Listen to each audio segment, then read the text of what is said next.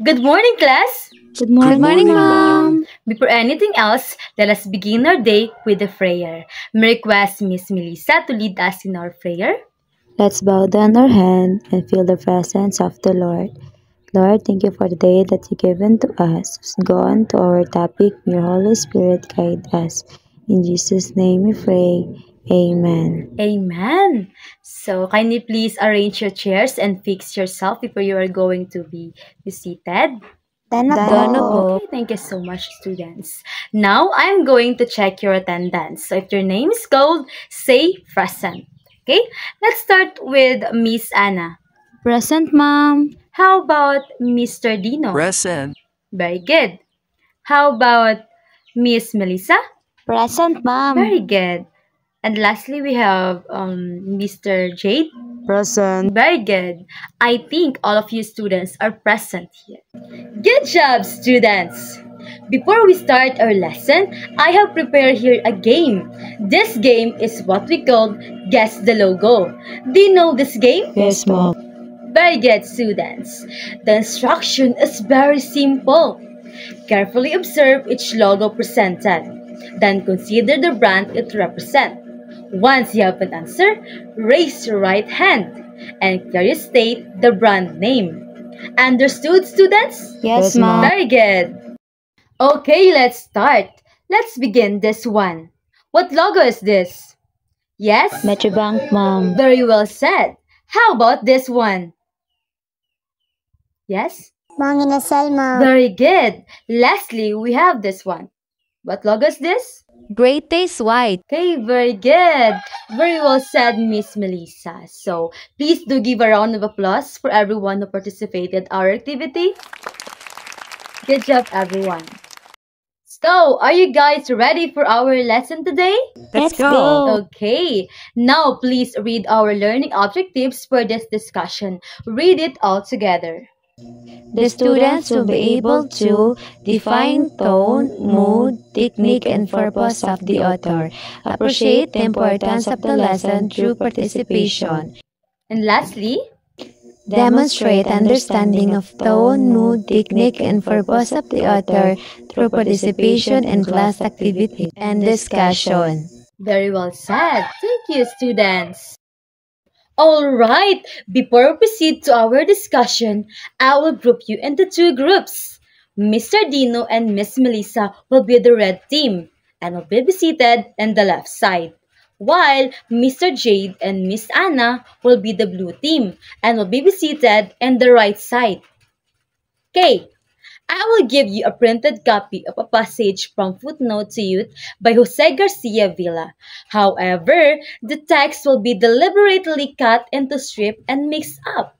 So, your challenge is to collaborate with your teammates to correctly arrange the strips of text in the proper sequence to reconstruct the passage from Footnote to Youth. Once you've arranged the passage, read it silently as a group to understand the content. You have 5 minutes to complete this task. God bless two groups. Okay, thank you everyone for your reading. Now, I will ask you a follow-up question based on what you read. Just raise your right hand if you want to answer, okay? First, we have number 1. Did you like the story? Me, Ma'am. Yes, I like the story. Footnote to Youth. It was interesting to see how Dudong's life changed from being a young, eager teenager to a worried father. The story made me think about the choices people make when they are young and how those choices affect their future. It was also interesting to see the cycle repeat with Dudong's son, Blas. Overall, it was thought-provoking and engaging to read. Yes po, that's it, ma'am. Nice to hear that from you, Mr. Jade. Thank you, ma'am. You're welcome. How about this one? What is the story all about? Who can answer? Me, ma'am. The story is about a young man named Dudong who decides to marry his girlfriend, which is the name of her girlfriend is Chang. At a very young age, They quickly start a family and have many children. As time passes, Dudong realizes that he may have made mistake in marrying so young. As life becomes difficult, later in the story, Dudong's son Las wants to marry young as well, and Dudong sees his own youthful decisions reflected in his son's choices. So, the story is all about youth, love, and the consequences of early decisions. That's my answer, ma'am. Very good, Mr. Dino. Okay, next. Who are the characters in the story? Who can answer this question? Me, ma'am, me, ma'am. The main characters in the story is Dudong, who gets married at a young age and experiences the challenges of adulthood. Another important character is Jiang, Dudong's wife, who bears him many children and struggles with hardship of their life. There are also Lucio, an older suitor who Chang could have married. Later in the story, we met Blas, Dudong and Chang's son, who also wants to marry Yang. These characters show the different paths and decisions people face in life. That's it po, ma'am. Good job, Miss Melissa. You really did read the passage. Please give a round of applause for Miss Melissa. Okay, let's proceed to our next question. What did you feel after reading the story? Anyone from the class? Me again, ma'am. After reading the story, I felt a little sad for Dudong and Tiang. They seem to have a lot of or lost some of their youthful dreams because they married so young. I also feel thoughtful about the decision I will make in my own life. It made me realize that it's important to think carefully about the future and not rush into things without considering the consequences. The story also made me appreciate the wisdom of older people who have experienced more of life. That's it, ma'am. Good job. So we are down to our last question. So what do you think is the message of the story? Anyone from the class? I think the message of the story is that young love can be exciting, but it's important to think about the future. The story shows how early decisions can have long lasting effects on a person's life. It also suggests that sometimes the dreams of youth don't always match up with the realities of adult life. The story encourages readers to consider the responsibilities that come with love and marriage. Ultimately, the message is about the importance of making thoughtful choices. Very good. How about the last question? What do you think is the emotion of the author while making this story? Me, ma'am. I think the author, Jose Garcia Villa, might have felt a mix of emotions while writing this story. He probably felt some sadness or regret about the challenges that young people face when they marry too early. Maybe he also felt understanding and sympathy for Dudung and Tiang. Perhaps the author wanted to show the complexities of life and love and how decision made in youth can shape a person's future. He might have also felt a sense of observation, simply presenting the story without judgment, allowing readers to draw their own conclusions. That's it po, ma'am. You really understand what you read, class. Good job. Let's give ourselves the hooray clap.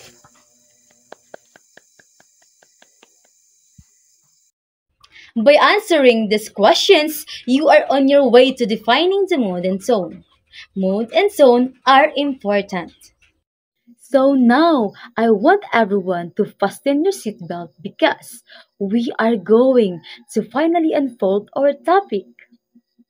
First, we have zone. Yes, you hear it right. So, when you hear the word tone, what comes to your mind? Anyone from the class? Me, ma'am. Tone is like the author's attitude or feeling about their topic. It's the emotion they put into the writing, which can be happy, serious, or even funny. Who else? Yes? Me, ma'am. I can tell that the tone by the words is an author chooses in how they put sentences together. These choices help show if the author is excited, sad, or maybe even angry about what they are writing. So basically, uh, tone is something to do with that the author can showcase their emotions or their tone in a scenario po. Absolutely. Lastly? Yes? I believe that tone is the feeling a piece of writing gives you as a reader. It helps you understand if the author wants you to feel cheerful, worried, or perhaps thoughtful. It's kind of the same answer to Miss Anna, ma'am. Very well said, student. So, basically, when you say tone, it is the attitude of the author towards a given topic. The tone is expressed through the words of the author. As a reader, you may look at the choice of words and utilization of words of the author to identify the tone. So, it means that the tone shows how the author feels about what they're writing. The author words are how they show their tone. When you read, look at the words the author uses. This will help you figure out the author's attitude. Okay? Understood, students? Okay. The tone of the author can either be objective or subjective. Yes. An objective tone is unbiased and neutral. The author uses concise, clear, and courteous words which are based on facts, which makes the text formal. While the subjective tone is uses words that conveys emotion, feelings, and thought, which may be referred as creative as well as informal. What is the meaning of that? It means that the way an author writes can be either subjective or objective. When it's subjective, the author doesn't show their feelings. They use easy to understand words and stick to the facts. So, making the writing sound professional. But when the writing is subjective, the author shares their feelings and opinions. This makes the writing more creative and personal, like a friendly chat instead of a formal report. Yes, you hear it right. So, according to Ellen 2010, as a reader, you must read between the lines to feel the attitude of the author and identify the tone. So, it means that when you are reading, you need to look for the clues beyond just the words written. It's like finding hidden feelings or meanings that the author hasn't directly stated. By doing this, you can start to understand how the author truly feels about the topic they are writing about. Yes, this feeling of the author is what we call their attitude. When you figure out the author's attitude, you are also finding tone of writing. Yes, absolutely, students. So next we have mood. So mood refers to the emotions that arise in a reader or the atmosphere of the text. The mood is developed through the setting, tone, and diction. Meaning, mood is the feeling you get when you read something, like being happy or scared. It's how the story makes you feel, or yes, makes you feel. Mood comes from the setting, which is where and when the story happens. Tone, which is the author's attitude, also helps create the mood. Diction, or the words the author uses, adds to the overall feelings too, or feeling.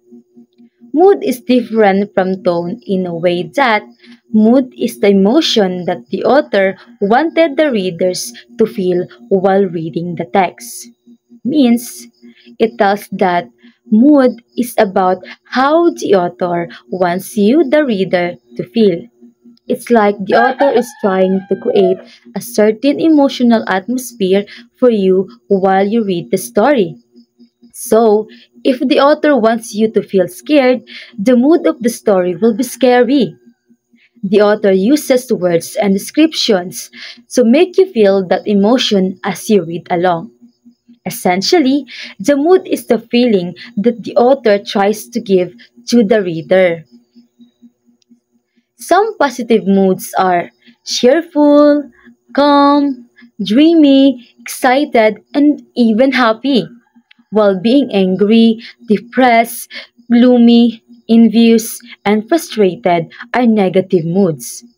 It means all of that or all of those different feelings we can experience. Some feelings like being cheerful, calm, or happy are considered good or positive moods. These moods make us feel good inside and can brighten our day. On the other hand, there are moods like being angry, depressed, or frustrated, which are considered negative. These feelings can make us feel down or upset. Yes, I know that all of you can relate this one. Okay, okay, class. Remember the two types of mood. We have the negative and the positive one. Very good, students. Okay, let's proceed to our next topic. Third, we have techniques. So when you hear the word technique, what comes to your mind?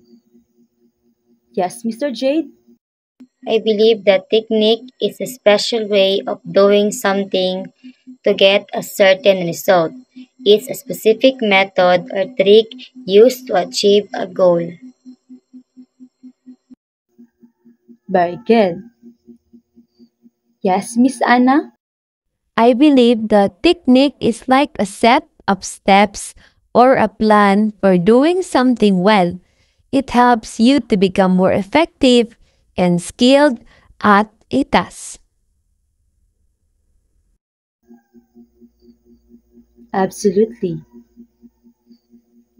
Yes, Miss Melissa?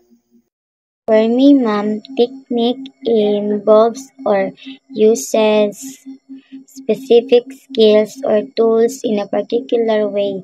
It's about how you apply your abilities to create something or solve a problem. Yes po, ma'am, that is my own understanding on the word technique. Thank you po. And we have Mr. Dino. Yes? Think of a technique as a refined way of doing something that has been practiced and perfected. It's about using the best methods to achieve the best outcome. Yes po, ma'am, that is my answer. Thank you.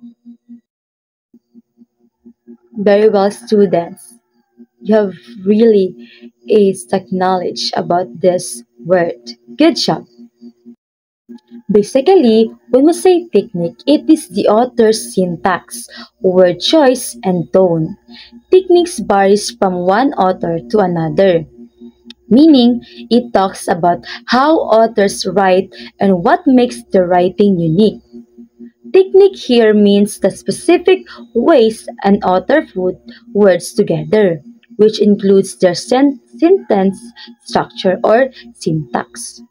the words they choose, which is the word choice, and their attitude or feeling, which is the tone. Each author has their own special way of writing, so their techniques can be very different. This is what makes one author's style recognizable and different from another's. There are four basic literary styles used in writing. First, we have expository or argumentative, descriptive, persuasive, and last we have narrative. So first we have expository or argumentative.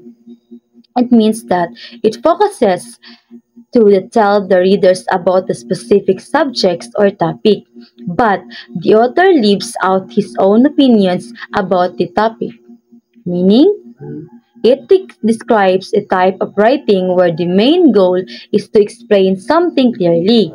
The writer wants to give you information about the topic without sharing their personal feelings about it. They stick to the facts and try to be as neutral as possible. This kind of writing helps you learn about something without being swayed by the author's own beliefs. So, for example, a science textbook explaining how plants grow would be an expository text. It would describe the process of photosynthesis and the different parts of the plant without saying whether the author likes plants or not. The focus is purely on giving you the facts in a clear and understandable way. So can you please give an example for this one? Yes, Miss Anna? I believe, ma'am, that one example of the expository or argumentative is a science textbook explaining how plants grow would be an expository text. It would describe the process of photosynthesis and the different parts of a plant without saying whether the author likes the plants or not. The focus is purely on giving you the facts in a clear and understandable way. That's it po. Very well said. So next we have descriptive, yes. It focuses to describe an event, a character, or a place in a detail. The author usually incorporates the sensory details in the context, meaning descriptive writing is all about using words to paint a picture for the reader. The main goal is to help the reader imagine an event, a person, or a place in their mind. Authors do this by including lots of details that appeal to our senses. These details help us see, hear, smell, taste, and feel what the author is describing. For example, imagine a story describing a sunset with the colors like fairy orange and or soft pink streaking across the sky, the gentle sound of waves, and the salty smell of the ocean air. So can you please give another example? Yes. Another example for describing or descriptive in or as part of technique is the author might mention their kind eyes, gentle voice, and the way they always offer a helping hand. So basically, they are describing their character or how they act in a situation or in a scenario. That's it po. Very good. So our third one, we have persuasive. It means it is the author gives reasons and justification to make the readers believe his point of view. The aim of this text is to persuade or convince the readers, meaning this persuasive is about a type of writing where the author tries to get you to agree with them. They do this by giving you reasons and explanations to support their opinion. The whole point of this type of writing is to convince you to believe what the author believes. For example, An advertisement might try to persuade you to buy a certain brand of cereal by telling you it's the healthiest and tastiest option. So, who can give me another example? Yes? Another example that I can give in persuasive, ma'am, is it could be an editorial in a newspaper arguing for a specific political candidate by highlighting or showcasing their qualification and policy positions. Very good. So we have narrative. Narrative is the author narrates a story like in novels, short stories, biographies, and poetries. It means about how authors tell stories. When an author narrates, they are telling a story to the reader. You can find narration in different types of writing, like novels, short stories, and even poems. The author uses words to describe the characters, events, and settings that make up this story. So, right for example, in the novel Harry Potter, the author J.K. Rowling narrates the story of a young wizard's adventures at Hogwarts School. So, we can give you or another example for the narrative writing. Yes? One specific example that I can give you in narrative is a biography of Albert Einstein. Narrates the story of his life from his childhood to his scientific achievements. That's it po, ma'am. Thank you po. Very well said. Very good, students. So, our last topic is about purpose. So, when you hear the word purpose, what comes to your mind? Yes, Mr. J? I believe po that purpose is the reason why something exists or is done. It's the main goal or intention behind an action or creation. Another hand? Yes, Miss Anna? The purpose is like the destination you are trying to reach when you set out on a journey. It guides your action and helps you stay focused on what you want to achieve. That is based on my own understanding po, ma'am.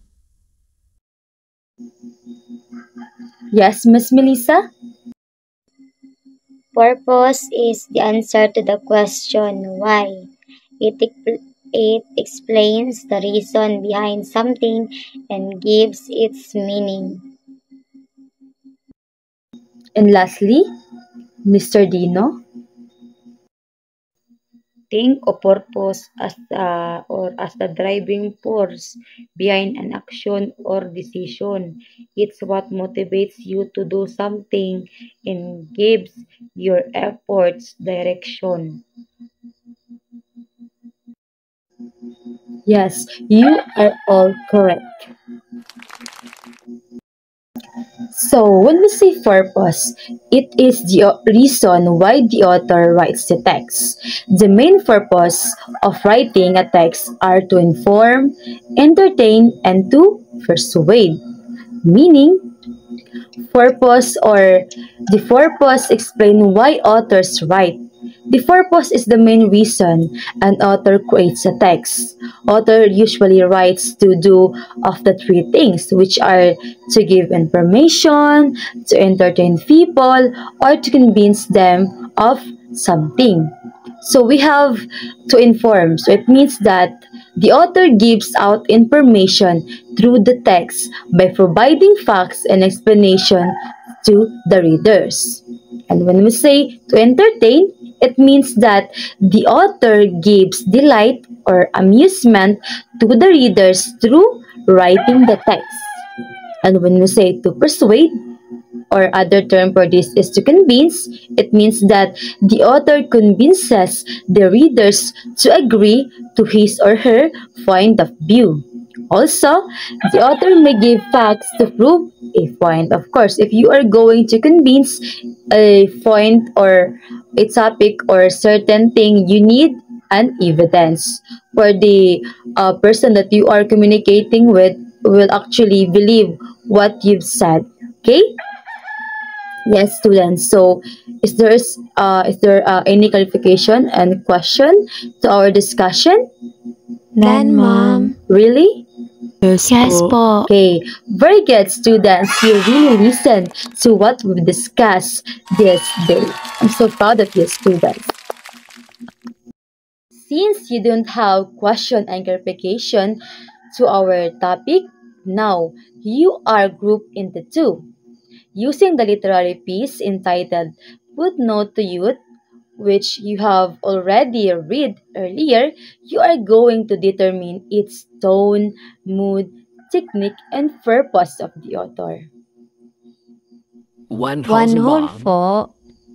You are going to answer it in a one whole sheet of paper. Okay, and I will give you 10 minutes to finish answering it. Okay, understand, students? Yes, Mom. Very good. So you can now start.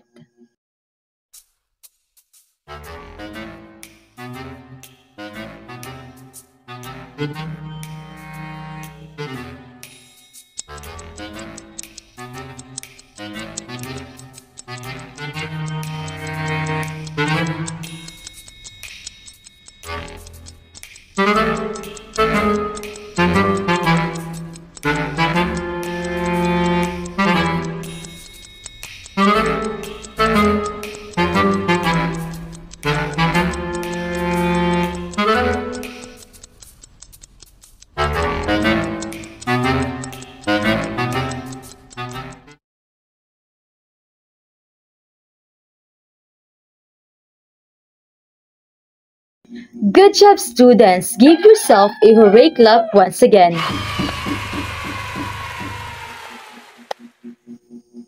And now, I'm going to ask you a follow-up question based on the test you just answered. I will call a random student, or yes, I will call you randomly, and to answer this question. So, are you okay with that? Yes, Mom. Nice to hear that. Okay, here are the questions. So, may I call on Mr. J to answer this first question? How does analyzing a literary piece like Footnote to Youth enhance your understanding of literary elements such as tone, mood, technique, and author's purpose? Closely at a story like Footnote to Youth really help us to see how stories work. We can learn about the author's tone, which is like their hidden feelings about the story. For example, the author sounds a bit serious about young love in this piece. We also get to feel the mood, which is the feeling the story gives us, like a sense of sadness or reflection. The author's techniques is how they tell the story, like showing Dudong's life over many years. This helps us understand why things happen the way they do. Finally, we figure out the author's purpose, which is the main reason why they wrote the story. I think the author wanted us to think carefully about big decisions. By looking at these parts, we get a much richer understanding of the story and its lesson. Very well said, Mr. Jade. How about Miss Melissa? Can you please stand up? Okay, this is your question. In what ways does collaborative learning in fairs contribute to a deeper analysis and interpretation of literary works? Working with partner to discuss the story makes our understanding much better. When I read something alone, I might miss some important details or ideas, but my partner might see something completely different, and we can share our thoughts. This way, we get more ideas about what the story means or what the character are feeling. Talking through our ideas helps us understand complex parts and see different points of view. Sometimes explaining my own thoughts to someone else helps me understand them even more clearly. We can also ask each other questions about confusing parts, which may help us to learn together. So having two brains thinking about the story often leads to a deeper and more complex understanding. That is my answer po, ma'am. Good job, Miss Melissa. Okay, Mr. Dino, please stand up. How can you apply the skills of literary analysis?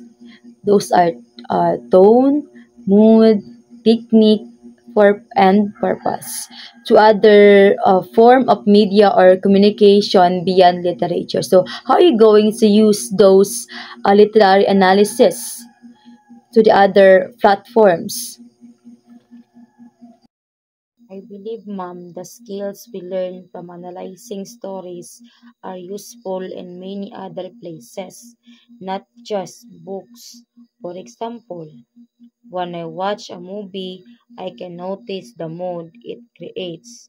Like if it feels exciting or scary, I can also think about the director's tone, which is how they feel about the movie's message or character. Watching how a movie is made, like the music or how they shoot scenes, shows their technique. Every TV show's song or even an advertisement has a purpose, like to entertain or to sell something.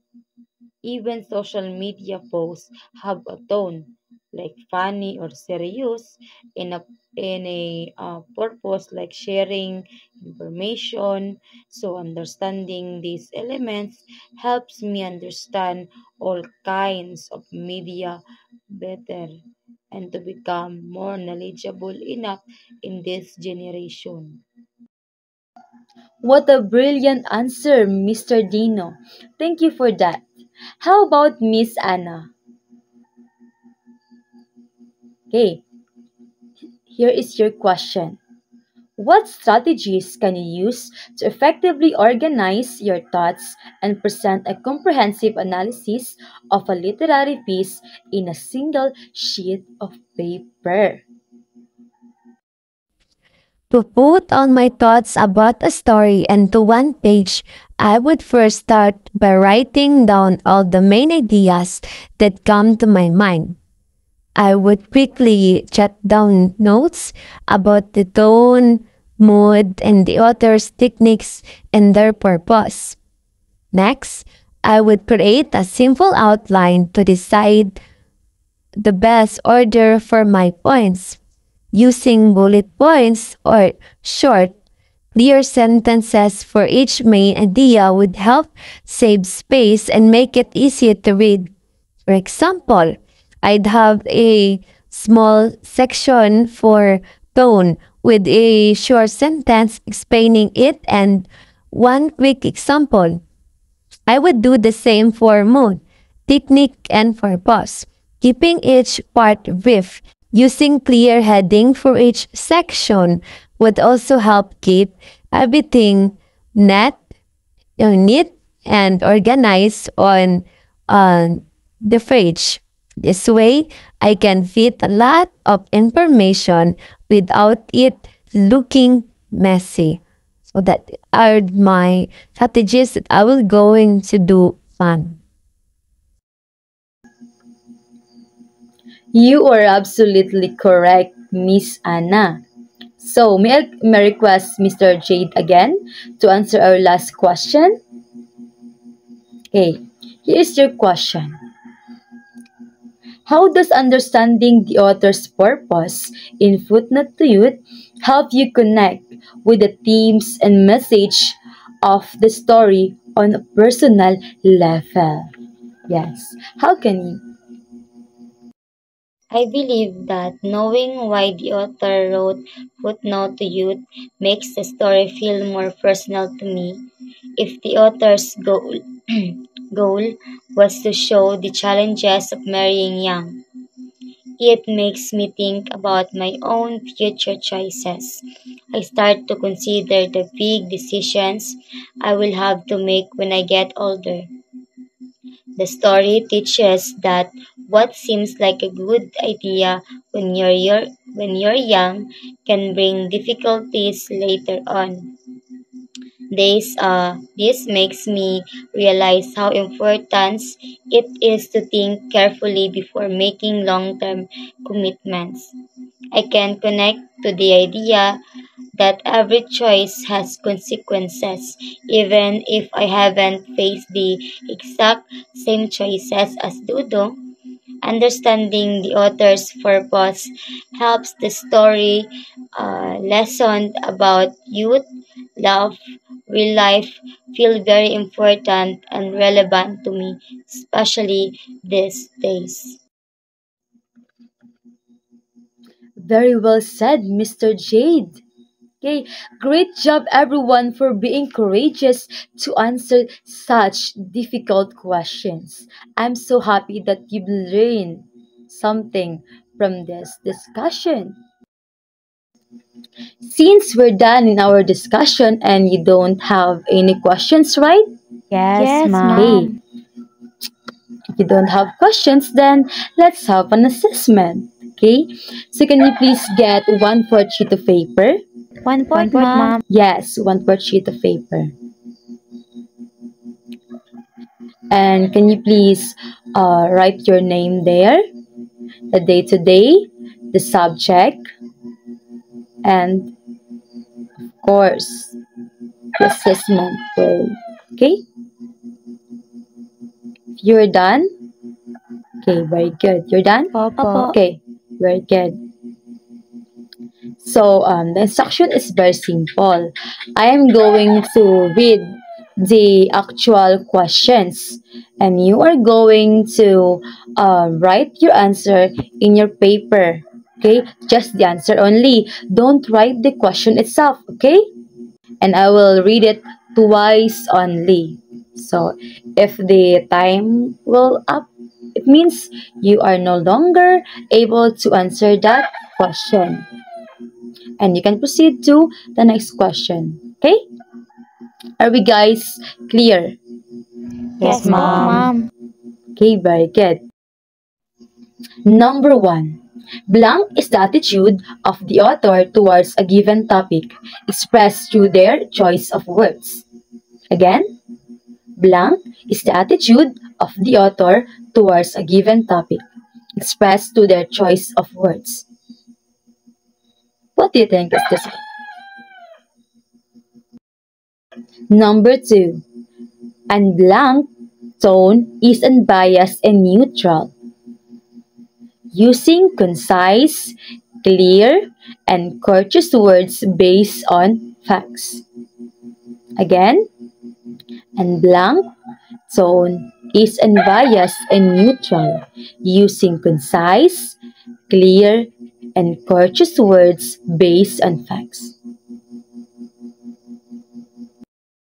Third, blank refers to the emotions that arise in a reader or the atmosphere of the text, developed through setting, tone, and diction.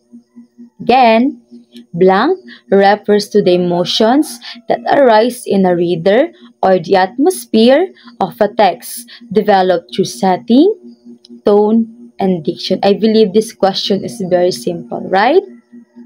Yes, I know.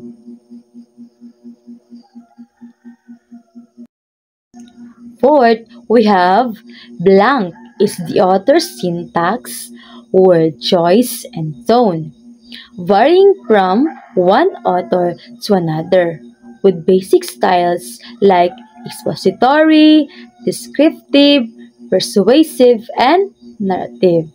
Again, blank is the author's syntax, word choice, and tone, varying from one author to another, with basic styles like expository, descriptive, persuasive, and narrative.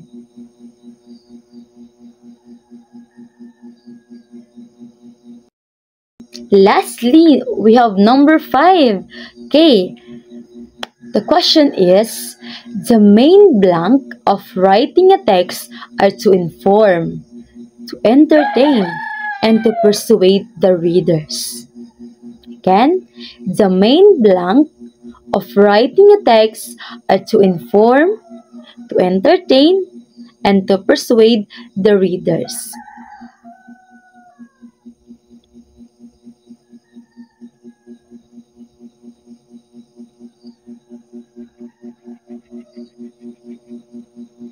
Okay, time's up. So, if you are done, then can you please pass your paper forward? And I will be the one who will check that, okay? Okay, ma'am. Okay, thank you, students. Pass it forward. Okay? Pass it. Okay, thank you so much. Okay, everyone, since we are done in our discussion, our activity, and our assessment, I will give you an assignment. So basically, this assignment is not a totally difficult because I know that all of you here are able to learn and to discover different things, especially those literary texts that we've discussed this day. So your assignment is in a one whole sheet of paper, research your favorite story and identify its tone, mood, technique, and purpose of the author. So, be prepared to share your findings in our next class. Yes, next Monday. Okay? Remember, students, you are going to research your favorite story. It should be a literary or Filipino literary works. Okay? It should be found here only in the Philippines. Okay? Understood, students? Okay, ma'am. Okay, very good, students. So, I guess that's the end of our class this day. I hope that you learned something from me. Bye bye, students. God bless us all. See you next meeting. Bye-bye, ma'am.